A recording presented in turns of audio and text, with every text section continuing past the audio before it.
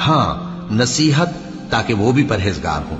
اور جن لوگوں نے اپنے دین کو کھیل اور تماشا بنا رکھا ہے اور دنیا کی زندگی نے ان کو دھوکے میں ڈال رکھا ہے، ان سے کچھ کام نہ رکھو. ہاں اس قرآن کے ذریعے سے نصیحت کرتے رہو تاکہ قیامت کے دن کوئی اپنے اعمال کی سزا میں ہلاکت میں نہ ڈالا جائے.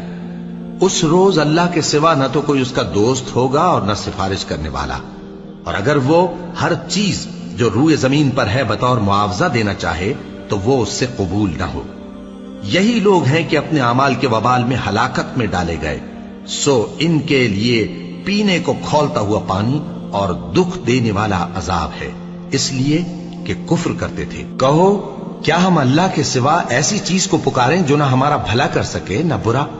اور جب ہم کو اللہ نے سیدھا رستہ دکھا دیا تو کیا ہم الٹے پاؤں پھر جائیں؟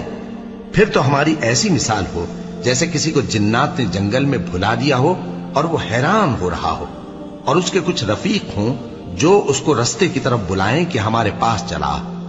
کہہ دو کہ رستہ تو وہی ہے جو اللہ نے بتایا ہے، اور ہمیں تو یہ حکم ملا ہے کہ ہم اللہ رب العالمین کے فرما بردار بنیں.